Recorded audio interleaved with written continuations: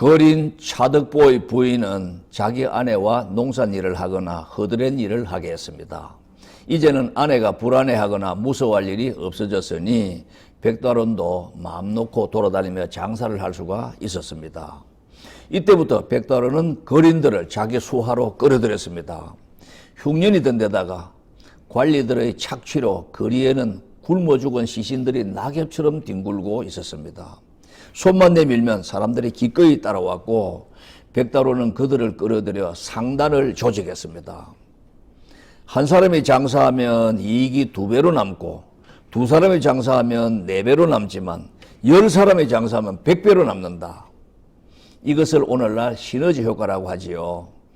그는 상단을 조직한 뒤 본격적으로 장사에 매진했습니다. 장사 규모가 커지고 거래 품목도 다양해졌습니다. 그들의 가족까지 합치니 100명 가까이 돼서 큰 마을을 이루게 됐습니다. 그러다 보니 장정들끼리 서로 싸우거나 장사하러 다니면서 도둑질하는 자와 음란한 짓을 하는 자들까지 생겨났습니다. 그때부터 백달원은 장정들과 그 가족들을 모아놓고 삼강오륜을 가르치기 시작했습니다. 그리고 인간의 도리를 지키지 않으면 상단에서 추방하겠다 이렇게 선언했습니다. 1. 물망언, 말을 함부로 하지 말라.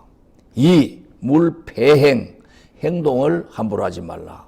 3. 물음란, 음란한 짓을 하지 말라. 4. 물도적, 도둑질을 하지 말라.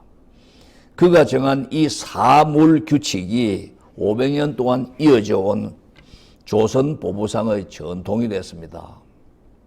삼수갑산이 여진족과 가까운 국경마을이다 보니 여진 오랑캐들이 자주 쳐들어왔고 조선 관군과 전쟁이 자주 일어났습니다.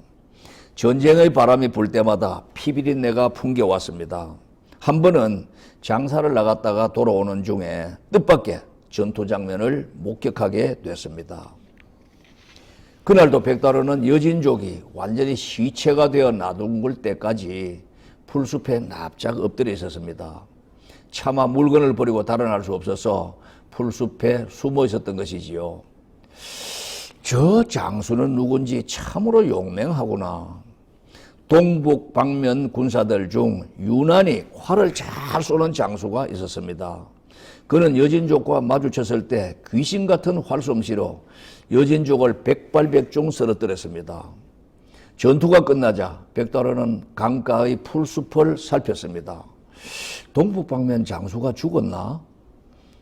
전장에는 여진족 군사들의 시체가 여기저기 널브러져 있었습니다. 그때 시체들 틈에서 동북방면 장수가 신음하고 있는 모습이 보였는데 그 허벅지에는 창에 찔렸고 어깨에는 화살이 박혀 있었습니다. 장군님, 견딜만 하십니까? 제가 상처를 치료해도 되겠습니까? 그대는 의원이요? 아닙니다. 떠돌이 장사꾼이지만 응급조치는 할 수 있습니다. 그럼 부탁하겠소. 장수가 담담한 표정으로 말했습니다. 백달원은 어깨에 화살을 뽑은 뒤 지혈을 하고 창에 찔린 허벅지 상처도 흥급으로 동여매어 피가 흐르는 것을 막았습니다. 장수는 상처 때문에 고통스러울 텐데도 입을 콕 다문 채 신음을 소리를 일체 내지 않았습니다. 상처가 깊어 움직이지 못할 것 같습니다. 저희 집이 가까우니 치료를 받은 후 복귀하시는 것이 어떻겠습니까? 그럼 부탁하겠소. 백달원은 나귀에 실은 물품이 걱정됐으나 사람을 먼저 살려야 한다고 생각했습니다. 비단을 내려놓고 동북방면 장수를 나귀에 태워 집으로 돌아왔습니다. 부탁이 있어. 내 부하들이 죽었으니 그 시신도 함께 수습하여 함주의 군령까지 보내주면 살해하겠소. 장수가 백달원에게 이렇게 청했습니다. 시신을 수습하여 함주로 운구하라. 백달원이 상단에 지시했습니다. 동북방면 장수는 치료를 받는 동안 말이 없었는데 눈이 부리부리하고 목소리가 굵은 사내였습니다. 이따금 백달원이 읽고 있던 책을 뒤적거리다가 눈을 감고 깊은 생각에 잠겨 있을 뿐이었습니다. 예산님 물이 아니로구나.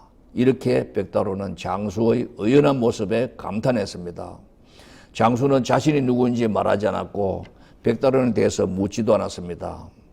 여진족과 싸우다 전사한 군사들의 시신을 수습하여 함주로 운구해 갔던 상단 수하들이 동북방면 군사 수백 명과 함께 돌아왔습니다. 장수가 군사들을 이끌고 함주로 복귀했는데 백다로는 장수가 돌아가고 한참 지나간 후에야 그가 이성계 장군이라는 것을 알게 됐습니다. 이성계 장군은 몇 달이 지난 후 백다론을 함주의 자기 군영으로 초대했습니다.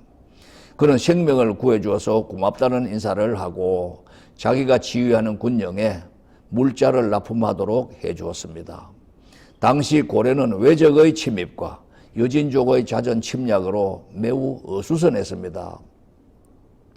백다로는 이성계 장군의 군영에 전쟁 물자를 공급하기 시작했는데 필요한 것을 공급만 할 뿐 비용을 요구하지 않았습니다. 이성계 장군이 큰 일을 도모할 인물로 생각했기 때문이지요. 그의 주위에 인재들이 모여들었고 이성계 장군은 그들을 포용했습니다. 이성계 장군은 사람을 경영하고 있구나. 백다론이 이렇게 감탄했습니다. 또 다음 주를 한 번 더 넘깁니다. 고맙습니다.